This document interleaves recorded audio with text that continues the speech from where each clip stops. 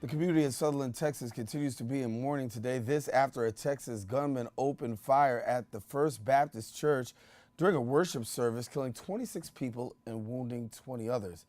In that same week, a man decided to drive through a bicycle lane near the World Trade Center, killing, or I should say the former World Trade Center, killing 8 people and injuring 11. Some see both of these recent tragedies as an act of terrorism, while others view them differently. Now, here to discuss about what's going on here in New York, the domestic acts of terrorism, the effects that it's having on the country. We welcome now community activist Sheik Musa Drammeh, who's here with us as well. And Sheik, good to have you again. Thank you for having me. Listen, as we talk about this here, obviously a lot of concern here in New York City. We walk around. I was in the airport just a little while ago, heightened security.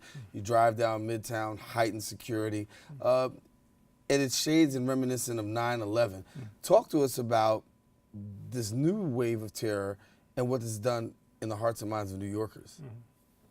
Well, it is extremely unfortunate that, 16 years after 9/11, we're still dealing with violent religious extremists here and globally. I've traveled around the world. I've been to every continent, and what I see everywhere that I went is an explosion of inequities, haves and have-nots. So even in New York, we have individuals in our midst who refuse to acknowledge the toxic viral ideology among us.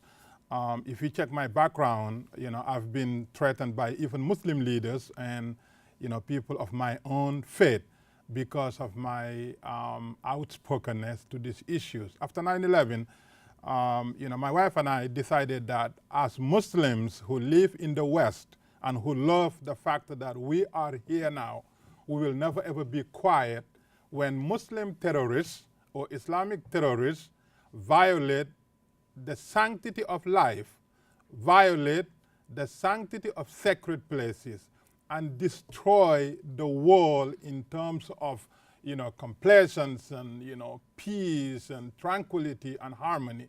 Now, the status quo is not sustainable and therefore must be discontinued. You cannot live without being able to congregate. You cannot go to house of worship. You cannot go to a stadium. You cannot go to a concert. You can't even go to a funeral. There is nothing that we can do now without being, scared of somebody coming, to harm us. Now,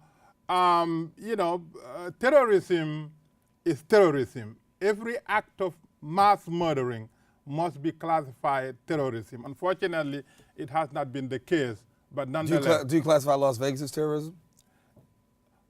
If 8 people who get killed by terrorists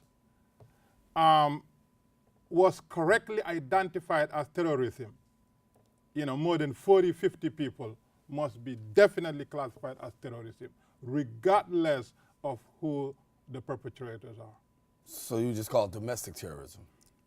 I don't care whether it's a domestic or international, but terrorism is terrorism. Every mass killing, we must begin to reconcile, atrocities as atrocities, violence as violence, criminal act as criminal act. You see, the sad thing now is that, especially the Muslim world, when tragedy happens and the perpetrator is not Muslim, it's like they don't feel, it's like they feel vindicated, all because they know that there's a default bias against perpetrators, and which is a very, very sad reality now. Let me jump in and ask the question here. So you have a situation last week. You have this guy who just plows down in Lower Manhattan.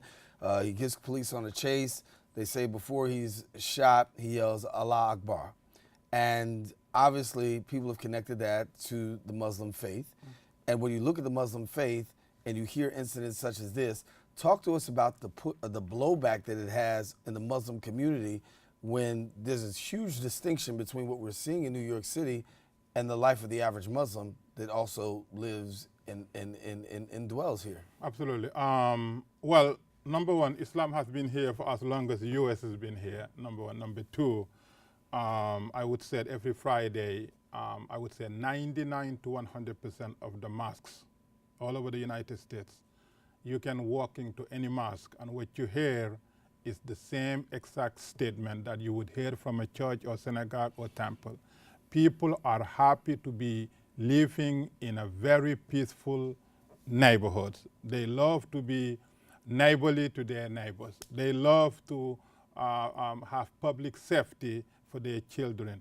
All these things comes because unfortunately there's a biased default in the way we narrate things. The biggest terrorist in the world until today is a white man. The biggest terrorist actions are committed by white male. The biggest victims of terrorism is a black male in terms of race, and the biggest victims of terrorism religiously is a Jewish person. These are facts, but unfortunately, when it murder gives a global outcry versus 59 innocent celebrants, people begin to question what is the motive. Should there be more in-depth analysis on what is going on? Walk us through a little bit a house of worship. And certainly when we see what's happened in Texas, people are just worshiping and a gunman opens fire.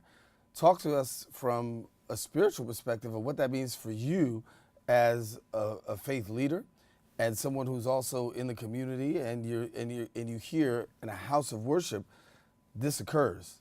And not to say that any place else it would occur, but specifically houses of worship. Yeah, whenever tragedy occurs, people question, is this act of God or is this act of stupidity? And most acts is the result of policies and priorities. Most of what is going on can be prevented. As I said, I travel around the world and people are destitute, and they are destitute. Now, even if a person is a mentally challenged person, there can be a solution to that. But unfortunately, because the priority is wrong, now we only react. And when we react, we overreact. All these can be prevented. America produces more weapons than any other nation on the face of the earth. Donald Trump right now is traveling around the world, and what he's selling the most is weapons. And guess who's selling these weapons to? Their friends. And guess 5 years from now, their friends become the enemies. That is what's happening in Syria, in Libya, in Egypt, in everywhere, in Afghanistan. So clarify what you mean for a viewer who says Donald Trump is across selling weapons. Well, Donald Trump said, look what we did in Saudi Arabia. We sold them weapons, and they were able to counter Yemeni weapons. Now, they want Japan to do the same thing, and they want South Korea to do the same thing. And these weapons end up in the hands of men and women who may be friend today and enemy tomorrow. That is what happened in the Muslim world, and it happened everywhere. Now, let's come back to this terrorism. 2 years ago, I went to the United Nations, and I had the opportunity to meet with the chairman of ECOWAS. And what he said was, it's about economics. From the military deployment overseas, to the young crews in our housing projects, to religious extremists killing people indiscriminately. It's all about the economic situations. The have lots and have nothings. Everywhere you go, you see the gap widening. It's a sovereign wealth, sovereign nation, but very few people control it. So he said Boko Haram, for example, the average age of a member of Boko Haram is 16 years. The average daily income of Boko Haram member is over $3. And the region where Boko Haram, commits all these atrocities, is below poverty level on the $2. 16-year-old, no education, not even a religious understanding, earns more than a civil servant.